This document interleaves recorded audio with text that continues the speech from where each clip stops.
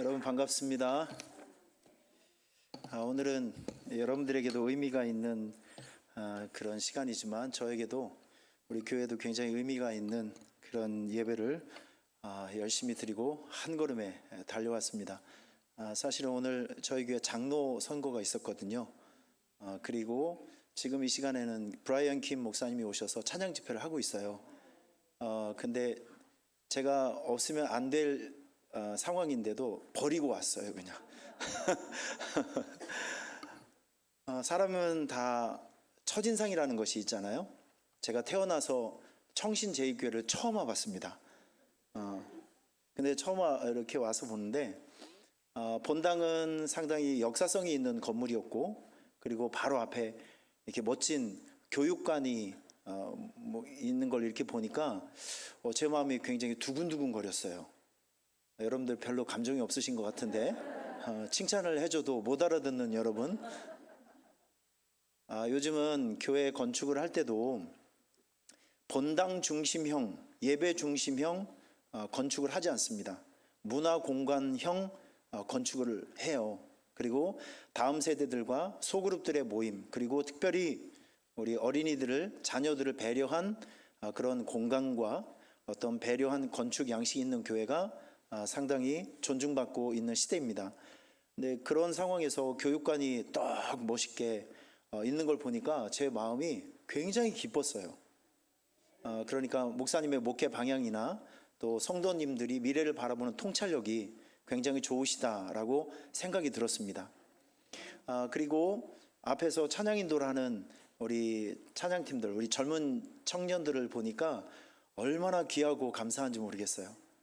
요즘 오후 2시에 전부 도망가고 예배 참석 안 하고, 그런데 우리 청년들이 딱, 그것도 남자 청년들이 찬양하고 예배 드리고 또 찬양 인도도 해주고 하는 모습을 보니까 목사님 든든하시죠.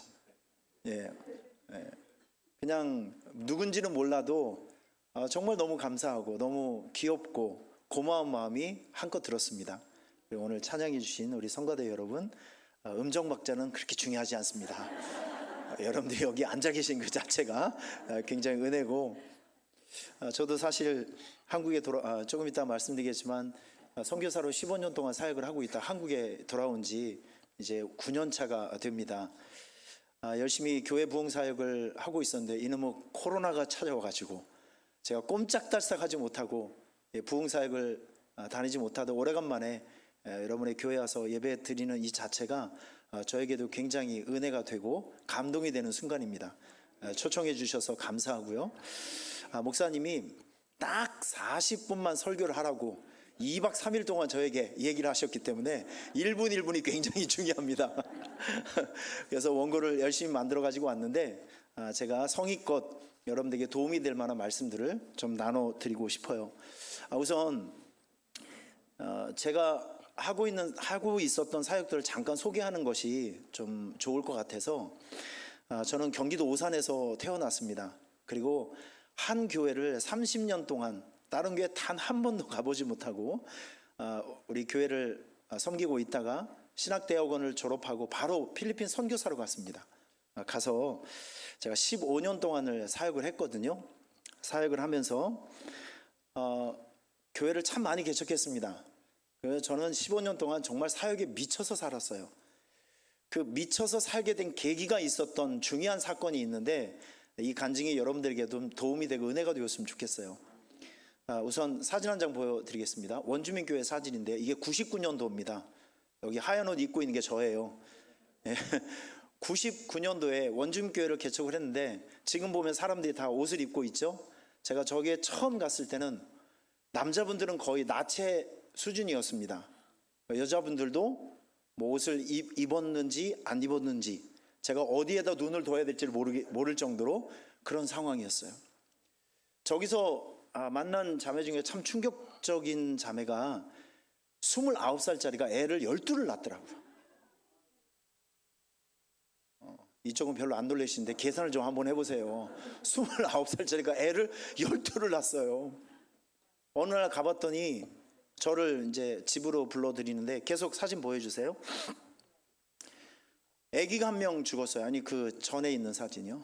아기가 죽었는데 자기 아기가 죽은 거예요. 몇째인지도 모르겠어요. 근데 바나나 잎으로 덮어놨더라고요, 애를. 저는 충격적인 것이 자기 애가 죽었는데 엄마가 안 울어요. 여러분, 저기는 인권이 없는 곳이에요. 그냥 살면 살고 죽으면 죽는 곳이에요. 너무 마음이 아팠습니다. 그런 곳에서 이제 교회를 개척하고 사람들을 모아서 이제 복음을 전한 첫 번째 저희 개척교회였었는데, 지금 보면 빨간 옷을 입고 있는 애기 엄마가 있죠.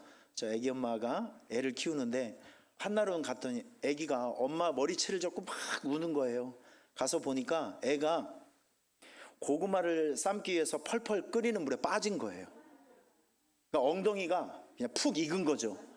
저기는 병원도 없고 학교도 없고 아무것도 없어요. 너무 비참한 곳이에요. 참 정말 마음이 아팠습니다. 그래서 저는 항상 약통을 가지고 다니거든요. 거기 있는 사람들 열이 많아요. 피부병이 많고 배앓이도 많고, 그래서 항상 약통을 서너 개씩 가지고 다녀요. 그래서 거기에서 후시딘을 가지고 엉덩이를 발라주면서 이거 먹는 게 아니라 엉덩이를 발라주라고 신신당부하고, 그때 애기 엄마가 저의 눈을 보는 눈빛은 세상에서 가장 슬픈 눈빛이었어요. 왜 안 그렇겠어요? 내 새끼가 아픈데. 그리고 나서 2주일 정도 후에 저 동네를 갔을 때, 여러분 저기 보면 애기 엄마 머리 스타일 한번 보실래요? 혹시 미장원 하시는 분 있으시면, 여러분들은 머리 스타일이 굉장히 다양하잖아요. 근데 저 동네는 머리 스타일이 딱 하나예요. 이해를 잘 못하시네. 여기 잘 보시면 저기는 미장원도 없고 아무것도 없어요. 그러니까 머리 스타일이 다 똑같아요. 바가지 뒤집어 씌우는 것처럼 다 똑같아요. 그런데 저 컬리 헤어의 특징이 하나가 있는데, 절대 강한 바람에도 헤어스타일이 망가지지 않는 특징이 있습니다. 근데 이분이 저를 바라보고 뛰어오는데 머리가 휘날리게 뛰어오는 거예요. 그러면서 내 앞에 왔을 때 환하게 웃으면서 애기 엉덩이를 탁 보여주는데, 엉덩이가요 진짜 한 98%는 다 났어요. 여러분, 상처 났을 때 후시딘 잊지 마시길 바랍니다. 굉장히 놀라운 일이었어요. 근데 저때 애기 엄마를 통해서 애기 엄마가 나를 바라보는 눈빛이 2주일 전과 너무 달랐어요. 자기 애기가 고침받았으니까, 나았으니까 정말 세상에서 가장 행복하고 따뜻한 눈빛으로 저를 환하게 웃으면서 쳐다보는 거예요. 여러분, 그 눈빛을 통해서 하나님이 저에게 음성을 주시더라고요. 아들아, 너는 험하고 힘든 이런 세상에서 너는 말이야 축복의 통로로 살아야 된다. 이걸 저에게 가르쳐 줬어요. 축복의 통로로 살아야 된다. 한번 따라해 보실래요? 축복의 통로로 살자. 나를 통해 생명이 흘러가리. 나를 통해 구원이 흘러가리. 나를 통해 은혜가 흘러가리. 그러니까 나는 통로예요, 통로. 나는 중매쟁이. 저는 그때부터 사역에 미쳐버렸어요. 맞아, 내가 죽는 날까지 해야 될 일이 이거구나. 예수를 모르고 있는 사람들, 불행한 사람들, 어려운 사람들, 내가 통로가 되어, 내가 축복의 파이프 라인이 되어 내게 있는 것을 흘려보내면 이 사람들이 웃는 사람이 되고 행복한 사람이 되고 저주의 운명이 바뀌어지는 사람들이 되겠지라고 생각하면서 세상을 바라보니까 내가 해야 될 일들이 너무 많은 거예요. 내가 만나야 될 사람들이 너무 많은 거예요. 여러분, 저는 그때부터 축복의 통로가 되기 위해서 진짜 미쳐버렸습니다. 제가 15년 동안 저런 교회를 몇 개를 세웠냐면 14개를 세웠어요. 아멘을 안 해주시니까 겁나게 서운하네요. 15년 동안 14개를 세웠어요. 잠깐 보여드리겠습니다. 몇 교회만 보여드릴게요. 자, 이 교회들, 2호 교회, 다음 이런 교회, 다음 이런 교회, 이런 교회들. 여러분, 이런 교회들을 15년 동안 진짜 아무것도 아닌 곳에 들어가서 사람을 만들고 후원자를 여러분, 후원자가 내가 무슨 후원자가 많이 있었던 것도 아니고 14개 중에서 딱 한 교회 빼놓고 내가 얼굴도 한 번도 보지 않는 교회들과 성도들을 하나님께서 붙여주시더라고요. 기적같이 세워진 교회들이에요. 이건 이론과 상식으로 도저히 증명해낼 수 없는 신비입니다. 신비. 여러분, 하나님의 일들을 할 때 손에 아무것도 없어도 쫄지 마세요. 하나님은 뭔가 거룩한 뜻을 가지고 도전하는 사람, 일하는 사람들에게 사람을 붙여주십니다. 힘을 붙여주세요. 그리고 기적을 만들어 주시고요. 참 신비롭습니다. 여러분 이거 아셔야 됩니다. 내가 능력이 없을 때 오히려 하나님의 역사는 더 강합니다. 자, 말귀를 좀 빨리 좀 알아들으셨으면 좋겠어요. 내가 강하면 하나님의 역사가 약해요. 하지만 내가 약하면 하나님의 역사는 강하십니다. 그래서 우리의 인생의 끝자락에서 나의 한계 지점에서 하나님의 역사는 시작되는 것입니다. 꼭 기억해 주시길 바랍니다. 자, 이렇게 하고, 그리고 2007년도에 필리핀에 한국 사람들이 어마어마하게 많이 왔어요. 왜냐하면 애기들 조기 교육, 영어 조기 교육 때문에 진짜 많이 왔어요. 한때는요 마닐라 시내 안에 8만 명이 한국 사람이었대요. 진짜 많은 겁니다. 백화점을 가보면, 그 SM 백화점을 가보면 거짓말 조금 못하면 한국 사람들이 절반 정도로 진짜 많이 왔습니다. 그런데 문제는 뭐냐면 한국 사람들이 오면 전부 고향을 떠나고 교회를 떠나기 때문에 이 신앙생활이 엉망이 되는 거예요. 특별히 청년들 있잖아요. 이 젊은 청년들 얼마나 아깝습니까? 얘네들이 1년만 갖다 놓으면 영어를 잘해요. 전부 다 선교를 할 수 있는, 선교사적인 양육만 잘 시키면 얘네들이 다 선교사가 될 수 있는데, 이걸 붙잡아 줄 수 있는 교회와 어떤 목회자가 없다 보니까 젊은 청년들이 다 타락하는 거예요. 그래서 저는 한국에서부터 찬양 사역, 젊은이 사역을 많이 했었기 때문에, 특별히 저런 그 현지인 사역도 저는 전공이 예배 부흥 사역과 찬양 사역을 많이 했어요. 92년도에 복음성과 경연대회에서 제가 출전해서 독창 부분에서 입상을 한 사람이에요. 여러분 알아주시길 바랍니다. 하여튼 그래서 젊은이 사역과 찬양 사역을 참 많이 했는데, 한인교회를 제가 개척했어요. 이 젊은이들 너무 아까워서 얘네들을 조금만 키워놓으면 선교사에게 투입하면 통역위원으로, 그리고 젊은이들이 할 수 있는 사역이 너무 많이 있거든요. 그래서 한인교회도 저희가 개척을 했습니다. 다음 사진 보시면 제가 개척했던 한인교회가, 할머니 한 분 모시고 시작했던 교회가 5년 만에 250명으로 성장을 했어요. 아주 굉장히 빠르게 성장을 했습니다. 자, 다음 사진 있나? 이런 식으로 교회가 성장을 했는데, 그런데 2011년도에 한국에서 전화가 오는 거예요. 고향교회에서 이제 저희 목사님이 은퇴를 하시니까, 그리고 교회가 좀 여러 가지 어려운 일들이 참 많이 있었어요. 근데 고향교회 출신인 저를 부르는 거예요. 한번 물어보겠습니다. 고향교회 목회가 쉬울까요? 어려울까요? 그냥 어려운 게 아니라 겁나게 어렵습니다. 왜냐하면 저는 우리 교회에서 태어났어요. 저는 기억에 저 초등학교 5학년인가 6학년 때 우리 권사님이 교회 앞에 우물이 있었거든요. 그 우물에서 저를 홀딱 벗겨놓고 저의 온몸을 더듬어가며 저를 깨끗하게 씻겨줬던 분들이 우리 권사님이에요. 저 말한다고 맨날 두드려 팼던, 내가 제일 싫어하는 그 인간 우리 교회 장로님이에요 지금. 이런 상황에서, 그리고 저는요 그때 진짜 선교적인 비전이 진짜 완전히 펴졌었거든요. 필리핀뿐만이 아니라 미얀마 등등 아시안 그쪽으로 정말 많은 사역들을 진행하고 있는 상황, 그리고 50명이 넘는 현지 스태프과 수천 명이 넘는 현지 교회 성도들, 그리고 한인교회 성도들, 나를 바라보고 있는 사람이 수천 명이에요.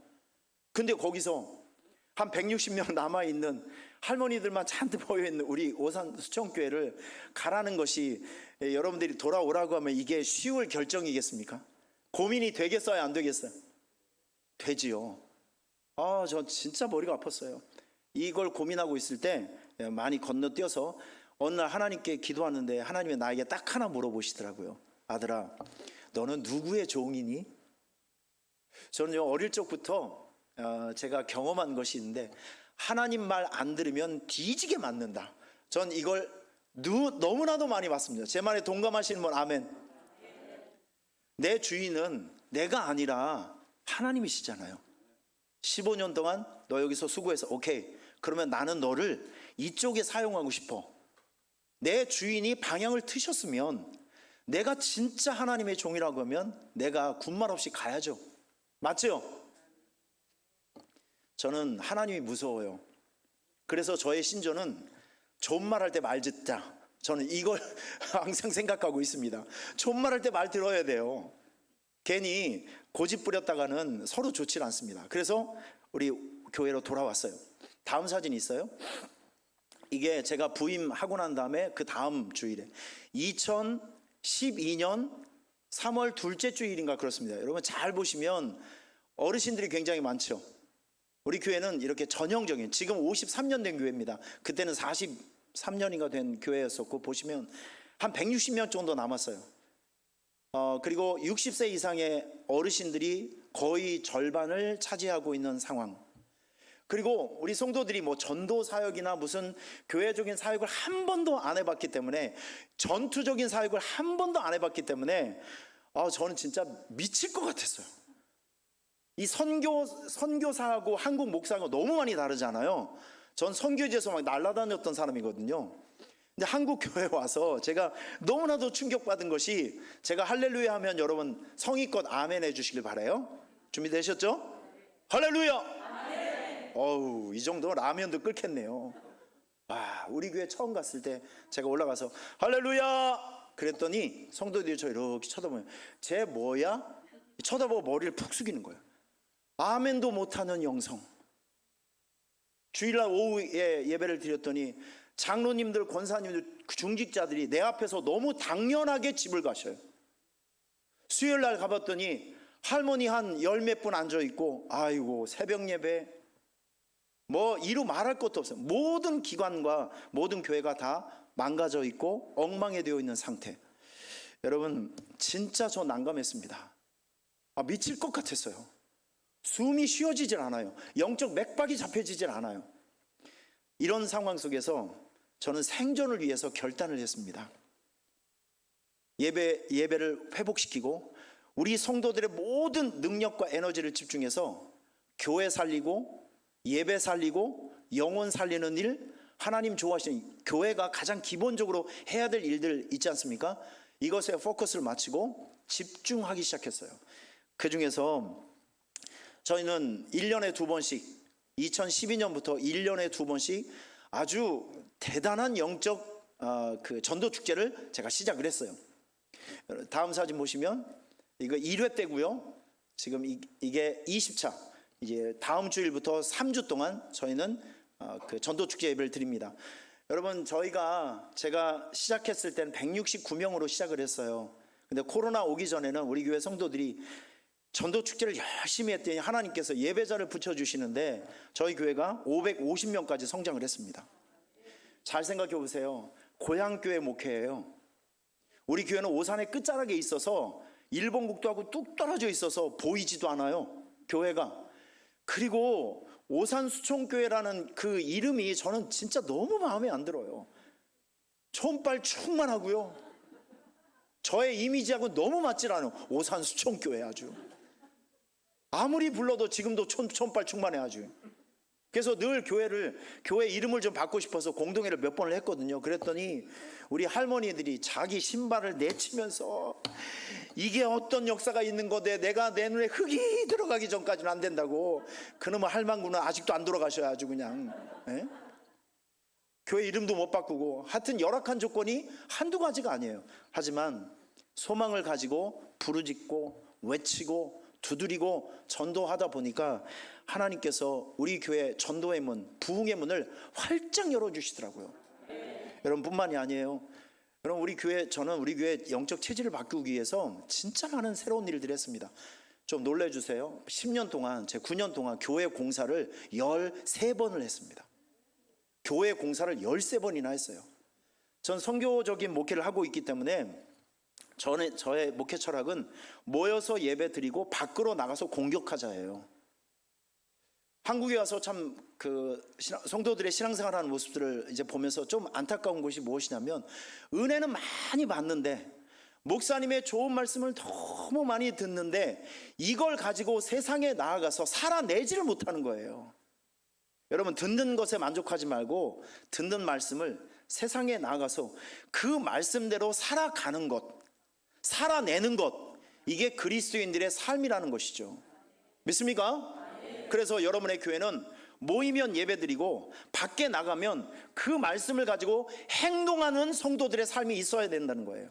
믿습니까? 그 중에서 특별히 여러분의 인생을, 운명을 송두리째 바뀐 복음, 예수 그리스도의 복음, 여러분 이것을 나만 알고 있으면 반칙이에요. 이거를 누군가에게 우리는 전달해 줘야 돼요. 십자가의 전달자가 되어야 되고 복음의 전달자가 되어야 합니다. 이건 교회의 원초적인 사명이에요. 선택이 아니라 사명이라는 것이죠.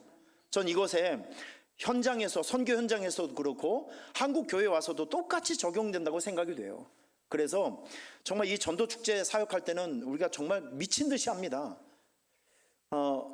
구호도 외치고 뭐 별 수단과 방법을 해서 이걸 이제 하게 되는데, 특별히 저희는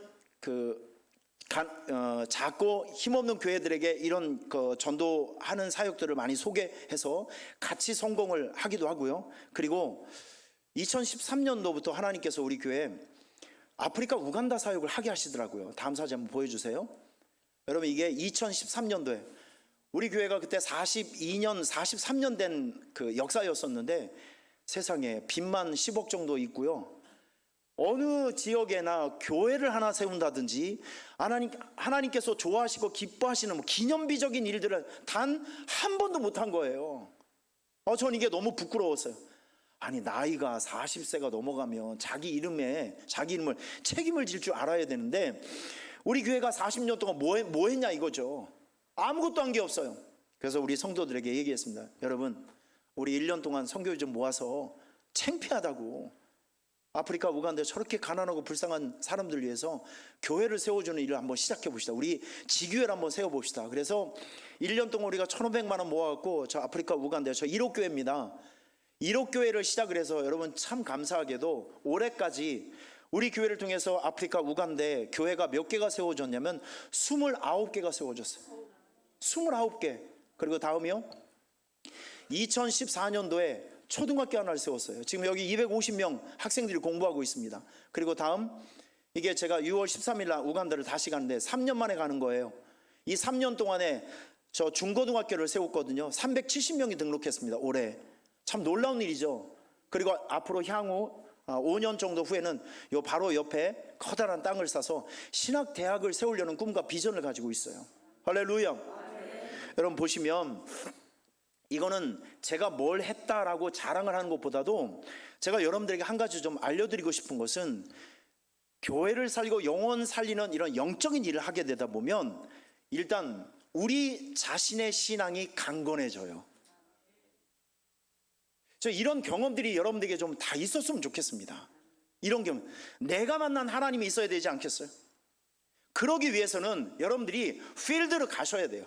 세상에 나아가서, 그 거친 세상에 나아가서 나를 변화시켜 주신 예수 그리스도를 다른 사람들에게 연결시켜주고 소개하면서 그 억척같이 말 안 듣고 땡깡 부리고 안 온다고 하는 사람들을 기어이 끌고 와서 함께 예배 드리면서 그들이 변화되는 모습을 이제 지켜보면서 거기에서 얻어지는 하나님의 역사를 여러분들이 경험하시면 여러분들은 완전히 다른 그리스도인의 강력한 군사가 될 수 있어요. 할렐루야. 간증을 가지시길 바랍니다. 간증. 그래도 내가 예수 믿으면서 장로로, 집사로, 권사로 여러분 수십 년 동안 이 교회 다니면서 출석하면서 예배 많이 드리시고 하나님의 복도 많이 받으시고 하나님의 자녀로 살아가셨잖아요. 하나님께서 여러분들 지금까지 길러주셨어요. 잘 살게 해주셨어요. 목적이 뭔지 아십니까? 이제 여러분들을 잘 키워서 하나님의 자녀들을 만들기 위한 하나님의 섭리 아니겠어요? 지금 여러분의 삶을 이끌어 주시고 지켜주셨던 그 하나님을 자랑스럽게 한번 소개시켜 주시길 바랍니다. 그러면 이런 경험을 통해서 여러분의 믿음과 신앙이 엄청 많이 자랄 거예요. 제가 재밌는 얘기 하나 해줄게요. 우리 교회 집사님 한 분 중에 일부 예배를 한 달에 한 2번 정도 나오시는 집사님이 있어요. 이분은 교회는 너무 자주 가면 안 된다는 강력한 신념이 있는 사람이에요. 그래서 한 달에 한 2번 정도, 그것도 꼭 일부만 오시는 분인데, 이분 사는 그 아파트 위층에 자기 아는 동생이 우울증이 생겼어요.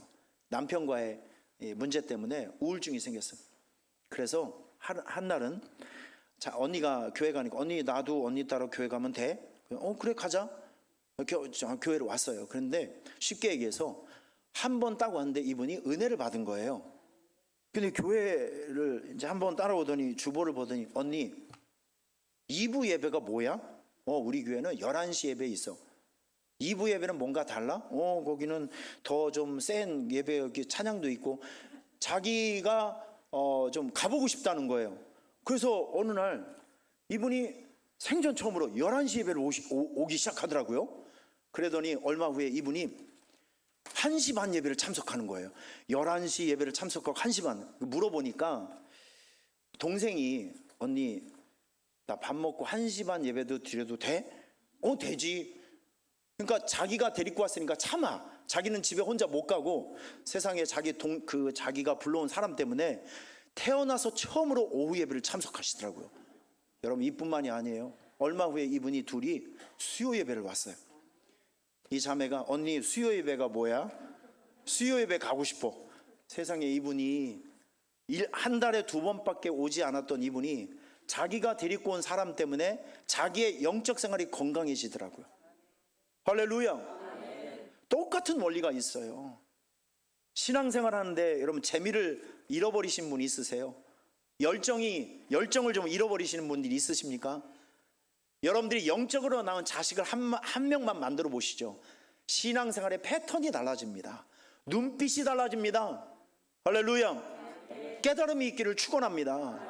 그래서 우리가 인생을 살아가면서 세상을 살아가면서 뭔가 하나는 남겨야 되지 않겠어요? 예수의 흔적 남겨야죠. 여러분들이 내 힘과 노력으로 구원받은 한 영혼의 이름을 적어도 남겨야 되지 않겠습니까? 이게 여러분들의 사명이 되었으면 좋겠고, 이게 그냥 남들 이야기가 아니라 강사를 통해서 내게 들려주는 레마의 말씀으로 들렸으면 좋겠어요. 여러분, 그리고 저는 목회 사역을 하면서 참 많이 경험하는 게 뭐냐면, 하나님은요 주님의 일들을 위해서 희생하고 헌신한 사람들은 참 좋은 것으로 보상을 해 주십니다. 이건 원칙이에요. 원칙, 원리. 저희 교회 다음 사진 보여주실래요? 이게 어떤 장면이냐면, 빨리 이야기를 할게요. 우리 교회 1호 우간다 교회를 건축하고 제가 우간다에서 돌아왔더니 저 빨간 옷을 입은 할머니가 83세예요. 우리 할머니 권사님이 애를 10명을 낳으셨는데 그 중에 6명이 어릴 적에 죽고 이래저래 해서 10명이 낳은 자기 자녀를 다 잃어버리신 분이에요. 참 기구한 운명을 가지고 계신 할머니시죠. 교회 바로 옆에 살고 있는 우리 권사님이신데, 제가 우간다를 갔다 온 사이에 새벽 기도를 하시면서 자기 마음속에 우리 목사님은 선교를 가셨는데 나는 하나님 앞에 가면 내가 이 세상에서 뭐를 하고 왔다고 하나님께 보고할 수 있을까? 그게 마음에 너무 양심이 걸려서 자기가 가지고 있는 돈을 빌려갖고 저 차 있죠, 6,500만 원짜리 저 차를 헌물을 하신 거예요. 여러분 보세요. 우리는 간신히 2천만 원 만들어서 1,500만 원 만들어서 우간다에 교회를 세우고 왔더니 하나님은 우리에게 저렇게 버스를 한 대 주시더라고요. 2014년도에 학교를 하나 세우고 왔더니, 이것도 참 놀라운 간증이죠. 교회 옆에 30년 동안 우리하고 앙숙인 사람이 있어요. 좀 주차장이 필요해서, 주차 공간이 좀 필요해서 땅을 사려고 했더니 시가의 3배를 달라고 합니다. 안 팔겠다는 거죠. 다른 사람한테 팔아도 우리 교회는 안 팔겠다는 거예요. 이게 참 별로 감정이 안 좋은 상황이었었거든요. 그런데 2014년도에 학교를 세우고 왔어요. 그랬더니 여기 주인이 그 자녀가 5 있는데 큰 오빠가 있습니다. 아주 그냥 술을 많이 먹는 분이에요. 이분이 이 가족 중에 대표 장남인데, 우리 교회 장로님이 운영하는 부동산 이름이 하필이면 장남부동산이에요. 장남이 장남부동산을 찾아와서 하는 얘기가 뭐냐면, 우리 교회에서 현차를 주면 이 150편 땅을 시가의 반으로 주겠다는 거예요.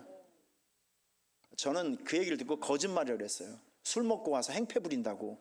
여러분, 이분이 자기 발로 장남부동산 3번 찾아왔어요. 그래서 그 3번째 우리가 1,000만 원을 걸고 진짜로 그 땅을 시가의 반값으로 샀어요. 여러분, 저는 지금도 이해할 수가 없는 게 이게 어떻게 된 스토리인지를 모르겠어요. 아니, 겁나서 물어보기도 싫어 그냥. 예? 하나님께서 주님의 일들을 하다 보니까 하나님의 방법대로 보상을 해 주시더라고요. 바로 이런 겁니다. 이런 거. 여러분, 우리가 주님의 일들을 할 때 손해본다 생각하시면 안 되고요. 이건 하나님을 위해서 일하는 모든 것들은 하나님 나라에 심겨진 씨앗이라고 생각하면 틀림없습니다. 할렐루야. 반도 못 지났는데 목사님 약속된 시간이 있어서 제가 강사는요, 목사님 말을 잘 들어야 다음에 또 불러줘요. 지 맘대로 하면 절대 다음에 안 불러줍니다.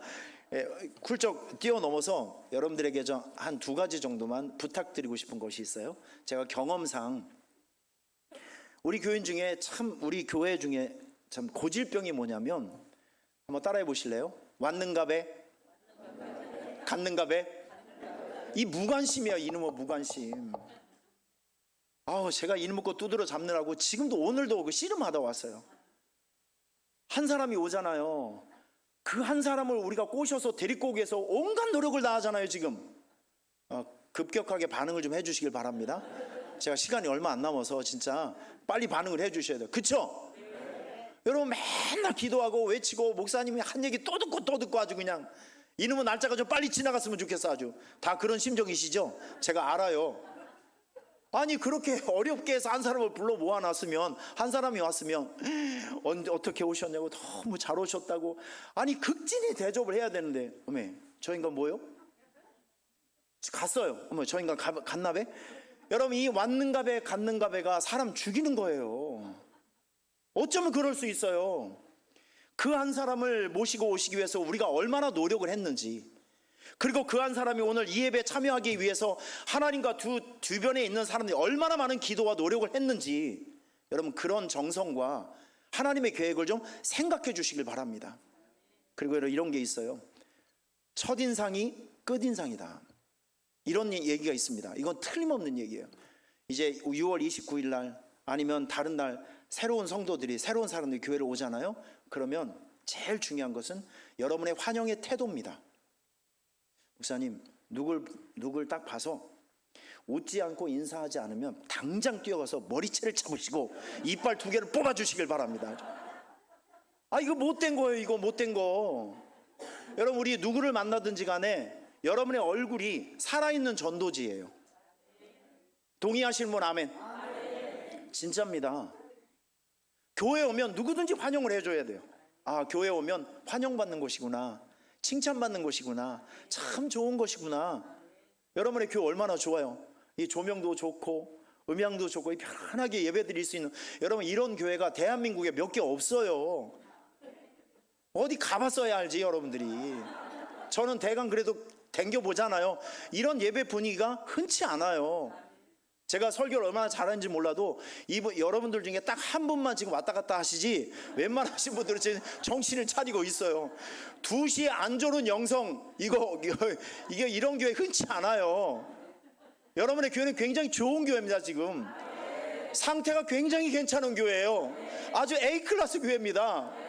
그러니까 여러분, 이런 교회에 좋은 인상을 남겨야 되지 않겠어요? 여러분, 요즘 사람들이 얼마나 영악하냐면, 우리 교회도 보면 돌고 우리 교회 한번 와보면 다른 교회 가보고 이렇게 돌아요. 그러면 결국 우리 교회로 온 사람들의 이야기가 뭐냐면, 목사님 교회 예배가 제일 좋았어. 이게 뭔가 좋은 인상을 가지고 있는, 우리 교회를 통해서 좋은 인상을, 은혜를 받으면 그 사람은 연어처럼 돌아오게 되어 있습니다. 그러니까 기회는 딱 한 번이에요. 그 중에서 여러분이 환영하는 태도, 정말 누가 오면, 새로운 사람이 오면 마치 10년 지기가 온 것처럼 정말 버선발로 뛰어가서 잘 오셨다고, 어쩌면 이렇게 예쁘시냐고, 여러분 심정에서는 아니겠지만 온갖 서비스를 하면서 환영을 해 주시라고요. 이거 정말 중요합니다. 말 이쁘게 하세요. 남들이 들어서 좋은 말만 하세요. 기껏 머리 파마하고 왔더니 미친년 같다고 얘기하고, 어디서 미장으로 어디냐고, 너는 보는 일 그렇게도 없냐고 하며, 여러분, 이 사람은 마음에 상처를 받아요. 같은 말을 하더라도, 야, 오늘 진짜 개성이 충만하다, 야, 아우 멋지다, 멋져. 말 한마디가 그 사람의 기분과 정서를 확확 바꾼다니까요. 여러분, 우리는 사람을 만날 때 사람들이 들어서 기분 좋은 말로 마음의 문을 열어야 됩니다. 할렐루야. 이 기본적인 매너예요. 손님을 맞이하는 기본적인 매너. 웃어주고 좋은 말 해주고. 그리고 한 가지 부탁이 있어요. 한번 물어볼게요. 집사님, 권사님이세요? 집사님이세요? 얘기 좀 해줘 보세요. 저 시간이 얼마 안 남았어요. 권사님, 집사님. 권사님, 다른 교회 예배를 드리면 권사님은 맨 앞에 갑니까? 아니면 적당히 뒤에 가십니까? 그렇죠? 그렇죠? 이겁니다. 이거.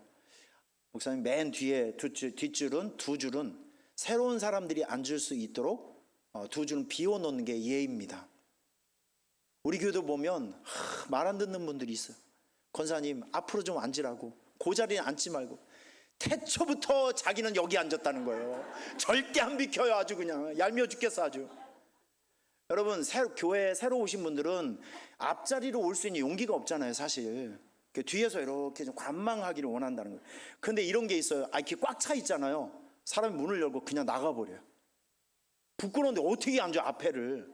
그러니까 이런 심리도 여러분께서 좀 배려를 하셔서 또 뒤에는 한 두 줄 정도 새로운 사람들이 편안하게 여러분의 교회를 감상하고 또 참여하고 보고, 그분들은 예배를 드리는 수준이야 이렇게 보는 거죠. 그렇게 해서 좋은 감정을 가지고 돌아갈 수 있게끔 배려를 해주는 공간도 필요하다는 거예요. 그리고 식사를 하실 때 그분들이 오면 항상 먼저 앉혀서 그분들 먼저 식사를 하고, 정말 내가 이 교회에 오기를 너무 잘했다라는 마음을 가지고 대접을 잘 받고 돌아갈 수 있도록 아주 최선을 다해서 섬겨주시게 되면 여러분, 그분은 연어처럼 돌아옵니다. 이 교회를 찾아오게 되어 있어요. 가르쳐드리고 싶은 건 굉장히 많은데 제가 이걸 다 했다간 다시는 여러분들 못 볼 것 같아서 오늘은 여기까지만 제가 진행을 하도록 하겠습니다. 여러분, 제가 응원하겠습니다. 계속 응원하고요. 앞으로 여러분 도움이 될 만한 것들이 있으면 목사님을 통해서 계속 우리 교회 좋았던 것 함께 나누는 시간을 갖도록 하겠습니다. 제가 기도할게요.